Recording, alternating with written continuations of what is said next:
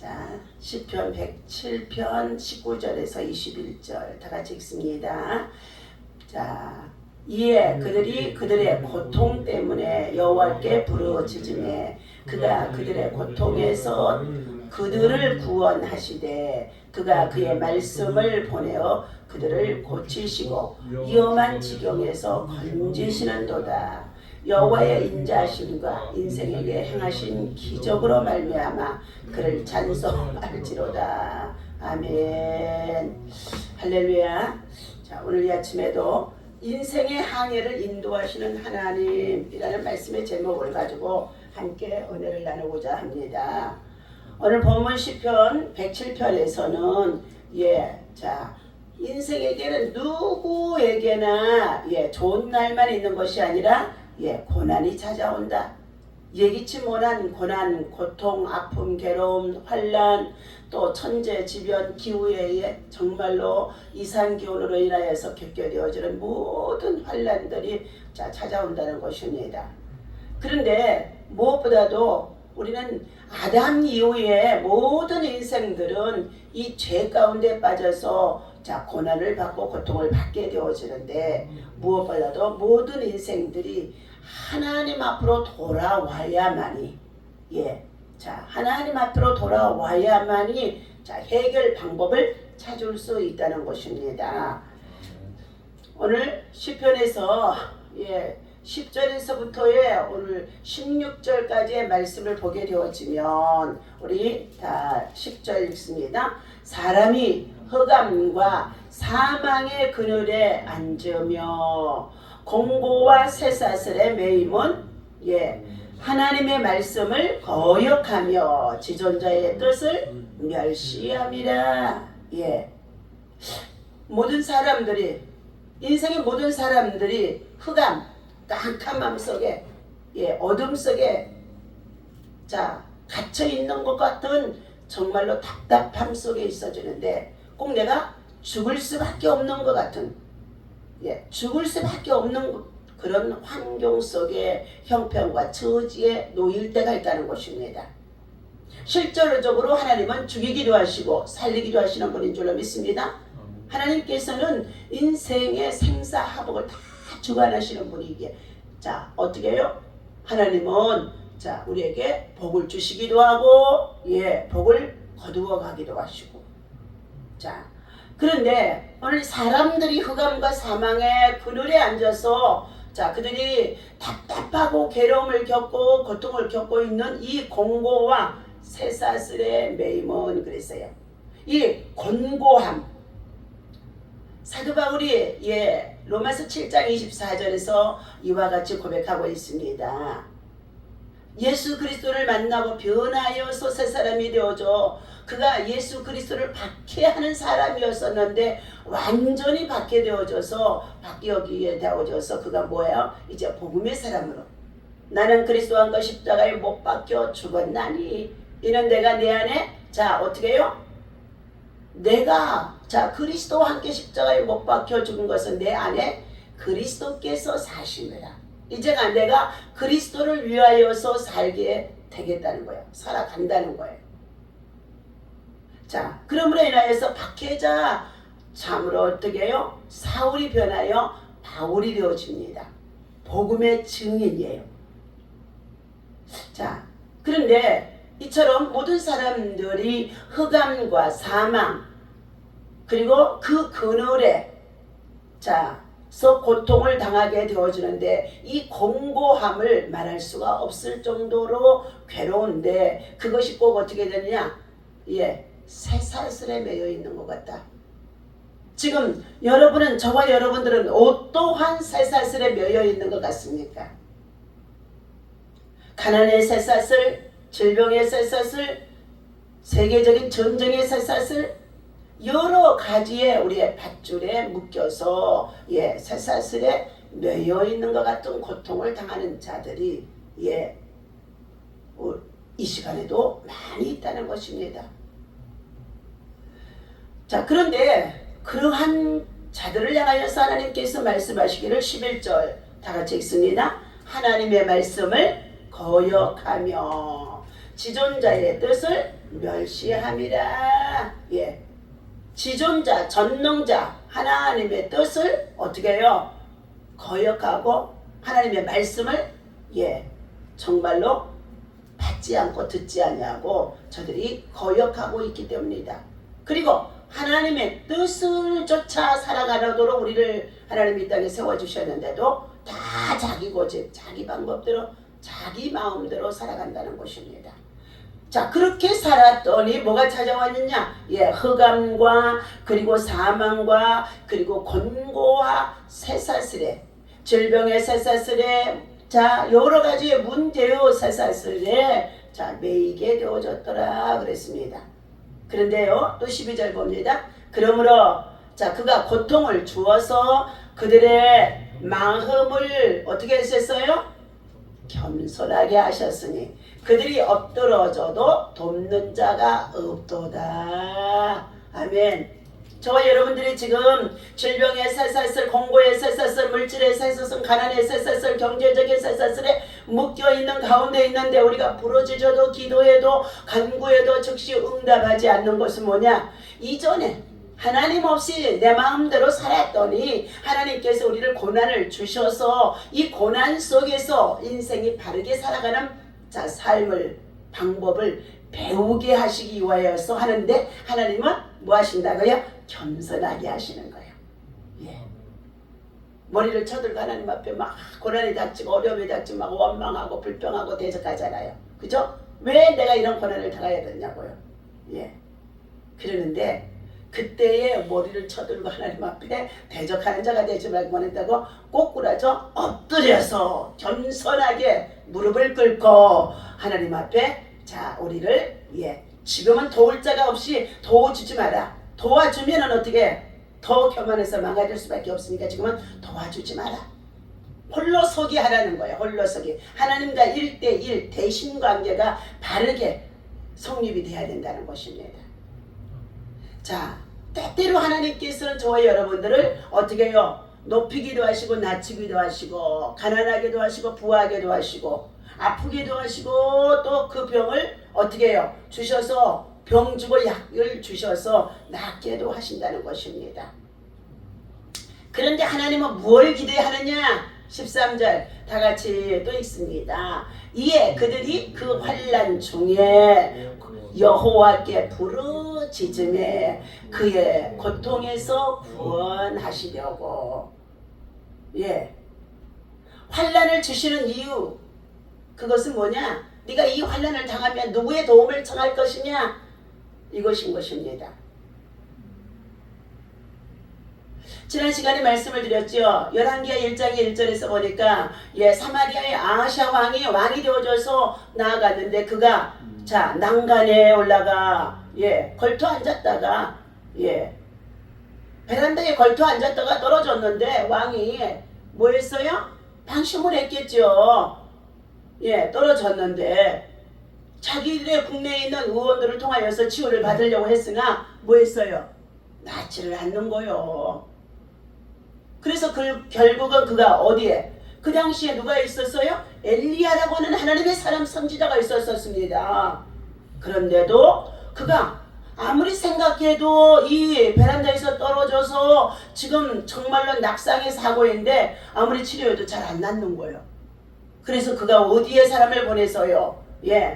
이방의 신상을 섬기는, 우상을 섬기는, 하나님이 가장 싫어하는 우상을 섬기는 에그론의 신 바알세불에게 찾아가서 그가 내가 죽게 될런지 살게 될런지 이 병이 낫게 될런지 어떻게 될런지 어떤 방법이 없어 하고 물으러 갔다는 것입니다. 그런데 그것을 누가 들었어요?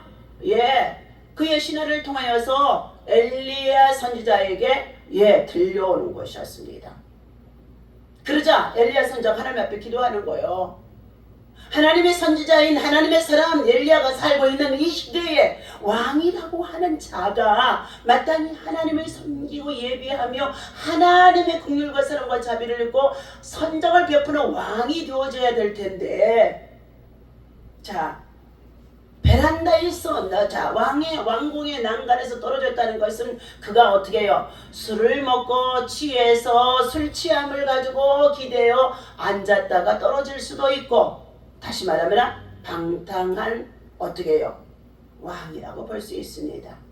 세세하게 그 내용이 거기에 기록되지 않았을 때. 그런데 그가 뭐 했어요? 예, 하나님 앞에 무릎을 꿇고 내가 아무래도 이 병이 죽을 병이 든 것 같다. 여러분 자신들이 들어있는 병이 내가 지금 정말로 이거 병이 죽을 병이 든 것 같다. 오늘이 될지 아니면 10년이 될지 우리는 다 죽어요. 그런데 우리 믿는 믿음의 사람들은 죽음을 두려워할 필요가 없는 줄로 믿습니다. 예배하며 기도하고 나아가는 가운데 있기 때문에 오늘 죽어도 하나님 나라 천국에 이사가는 거예요. 이사. 죽는 것 같았었는데 죽지 않고 이사가는 거예요. 그러니까 죽음을 불사하고 불멸의 사람이 되어주는 거예요. 네, 그것이 바로 예수 그리스도의 십자가의 사랑인 줄로 믿습니다. 그러니까 암에 걸려서도 마찬가지예요. 거기에 내가 죽음을 두려워하면 암을 걸리면 다 죽는다 하면서 죽음을 두려워하면 암에 갖다 주었던 사단한테 메인바가 되어줍니다. 두려움의 영에 잡히게 하는 것이 사단들의 공략이에요. 그래서 이 두려움 때문에 뭐냐? 하나님을 불신한다는 것입니다. 믿음은 하나님을 완전히 신뢰하는 믿음. 겨자씨만한 믿음만 있어도 이 산을 들어서 바다에 던지고 뽕나무를 뽑아서 저 바다에 던지우리라 말씀하고 있습니다. 그래서 너가 정말로 믿음이 있느냐는 걸 주님은 어떻게 해요? 예, 제자들을 향하여서도 너희들이 믿음이 없어서, 예, 이 패역한 시대의 모든 사람들이 기도하지 아니하고 믿음으로 하나님 앞에 간청하지 않아서 모두가 다 어디에 빠지게 하느냐? 환난에 빠지게 한다는 것입니다. 하나님께서는 뭘 원하시느냐? 기도하기를 원하시는데, 예, 평상시에 쉬지 말고 기도하기를 원하시는데, 항상 기뻐하고 감사하며 쉬지 말고 기도하기를 원하시는데 어떻게 해요? 예, 그렇지 않는다는 거예요. 그래서 하나님 전에 늘 감사의 예물이 많은 사람들은요, 감사거리가 많아진 줄로 믿습니다. 11조는 당연한 거예요. 헌금. 그것은 뭐예요? 하나님 앞에 세금이요. 하나님의 백성으로서의 세금. 예. 그리고 나서 감사. 예. 감사하는 만큼의 넓이가, 깊이가 높으면은요, 그 감사가 더 넘치도록 감사의 복을, 감사의 열매를, 감사의 능력을 우리에게 부어주는 줄로 믿습니다. 그러니까 우리의 믿음이 뭐냐? 예, 하나님의 말씀을 받고도 감사하는 자. 이 사람은 뭐냐? 순종하는 사람이에요. 순종하는 사람. 순종하기를 즐겨하는 사람은 그 마음속에 늘 감사해요. 때로는 시험이 와도 감사. 예, 왜? 이 시험이 먹구름이 지나고 난 다음에 어떻게 해요? 비도 주실 것이고 바람도 불게 것이나, 그러나 다시금 하나님께서 더 좋은 날을 주실 것을 감사하는 거예요. 그래서 감사가 그렇게 중요합니다. 하나님 감사합니다. 주여 내게 자비를 베푸소서. 그리스도의 자비를 베푸소서. 예수 그리스도의 자비를 베푸소서. 예. 자, 14절입니다. 흑암과 사망의 그늘에서 인도하여 내시고 그들에게 뭐 했어요? 얼고 맨 줄을 끊으셨도다. 예.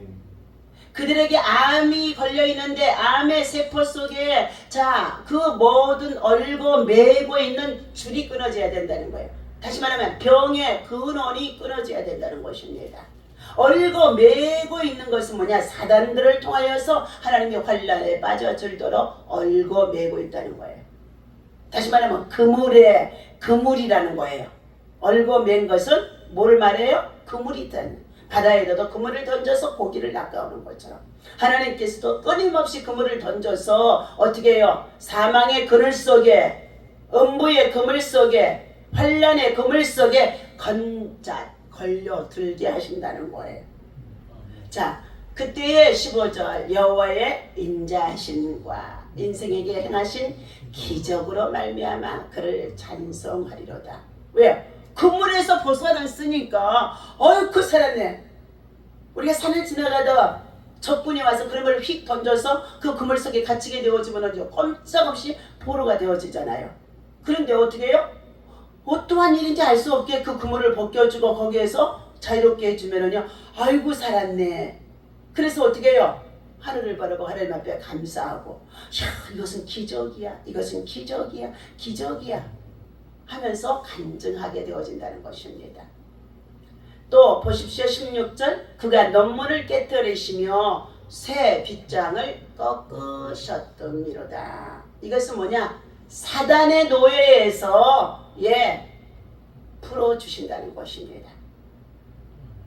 자, 그러나 17절 반대로 미련한 자들은 그들의 죄악의 길을 따르고 그들의 악을 범하기 때문에 고난을 받아 그들은 그들의 모든 음식물을 싫어하게 되어 사망의 문에 이르게 되어졌도다.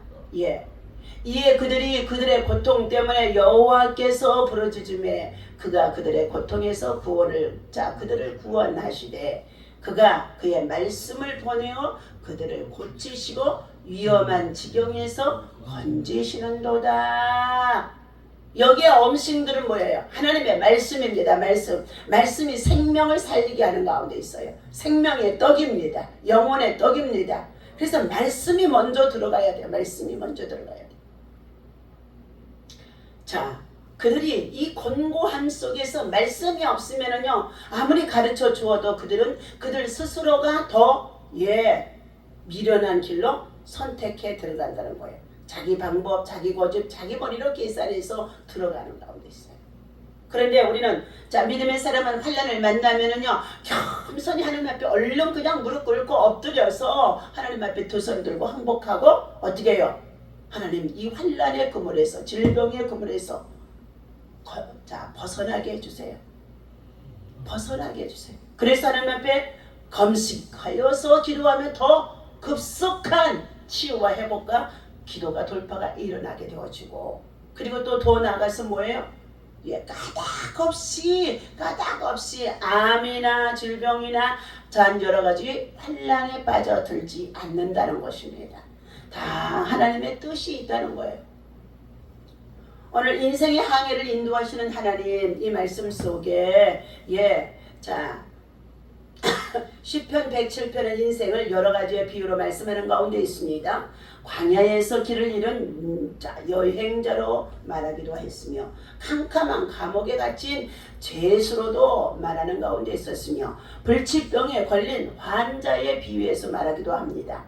사막 한가운데 가야 할 바를 몰라 방황하는 인생으로도 말해주고 있습니다. 다시 말하면 죽어가는 신세요, 흑암과 사망의 그늘에 괴로워하면서 메인 줄을 어떻게 해요? 스스로 풀지를 못해서 절망하는 인생의 모습을 말해주고 있다는 것입니다.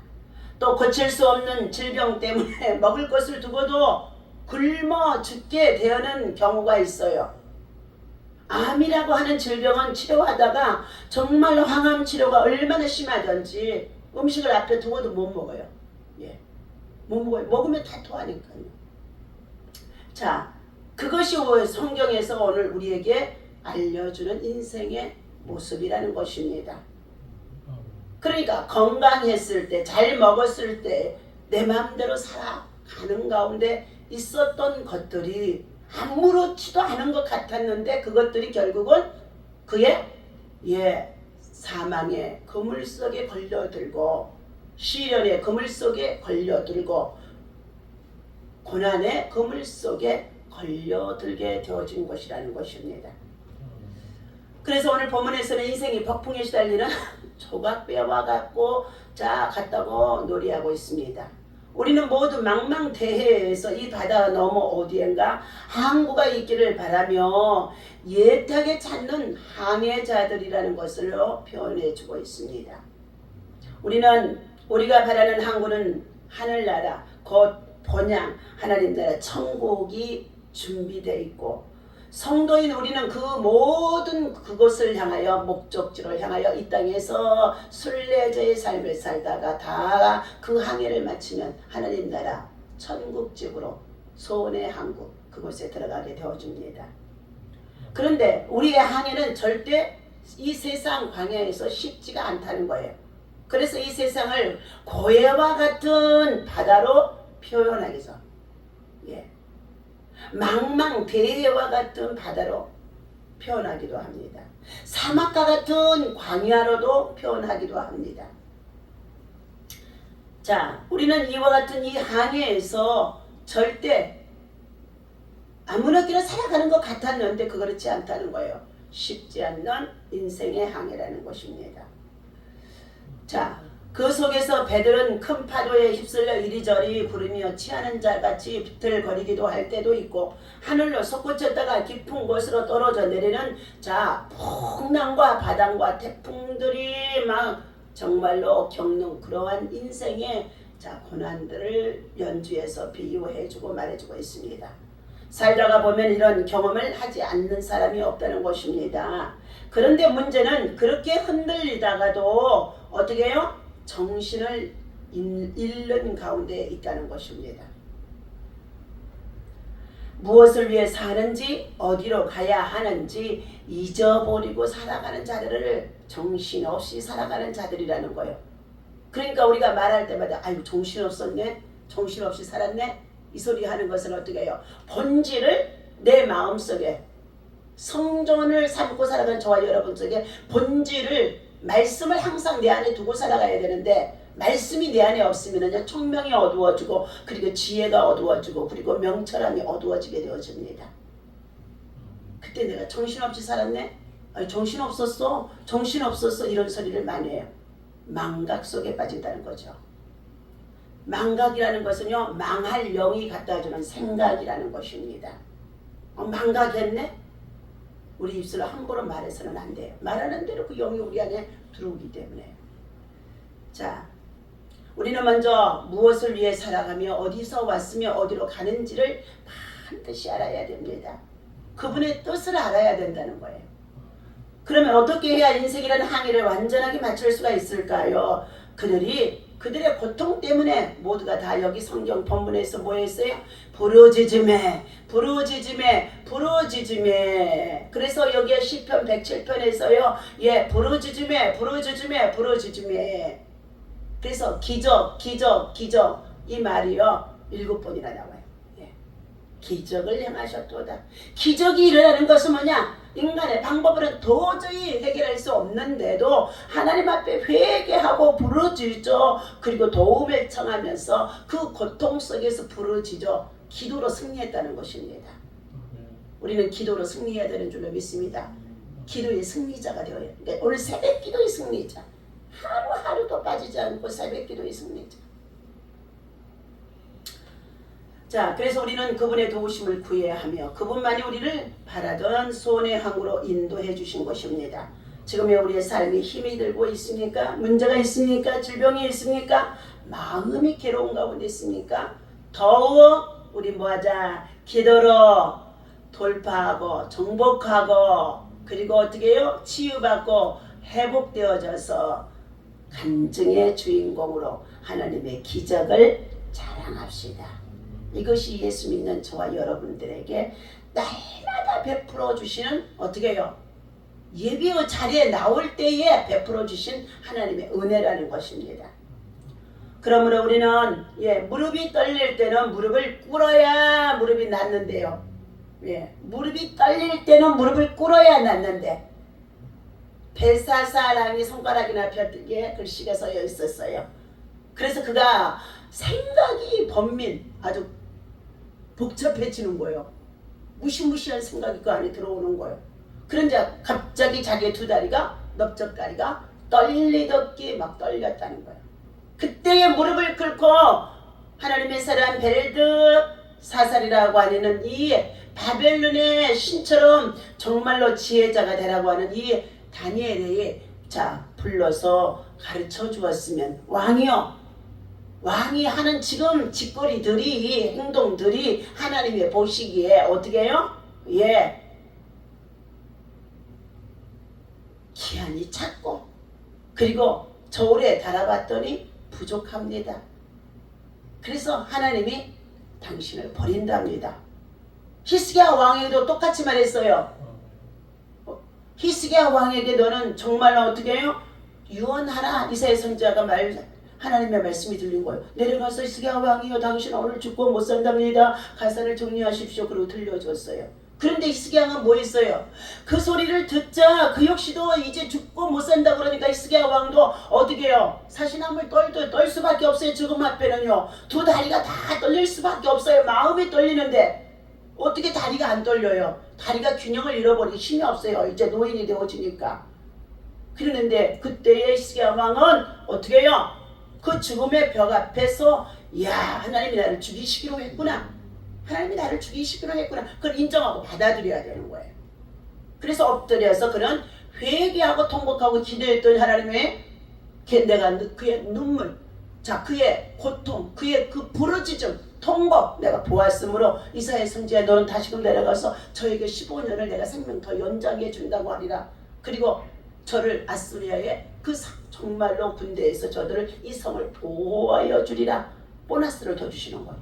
그런데 벨사살 왕은 다니엘을 통하여 하나님의 비밀한 것을 전해 주었는데도 그 밤에 그는 무릎이 떨릴 때 무릎을 꿇었어야 되는데 꿇지 않았더니 뭐 했어요? 예, 그 밤에 벨사살은 죽임을 당하였더라 말하고 있습니다.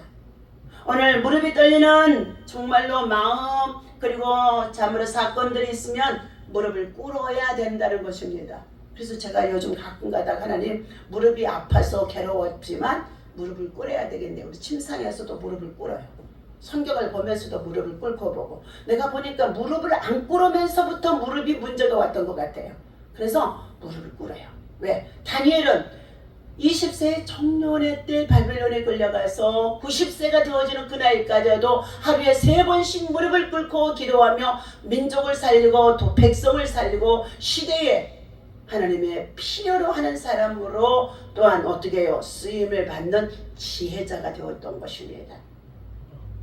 지혜자가요. 오늘 우리 인생의 광풍과 파도는 우리가 우리의 힘으로 해결할 수 없고 잠재울 수 없습니다. 우리가 할 수 있는 최고의 방법은 뭐라고요? 예, 기도입니다. 하나님께 소망을 두는 것입니다.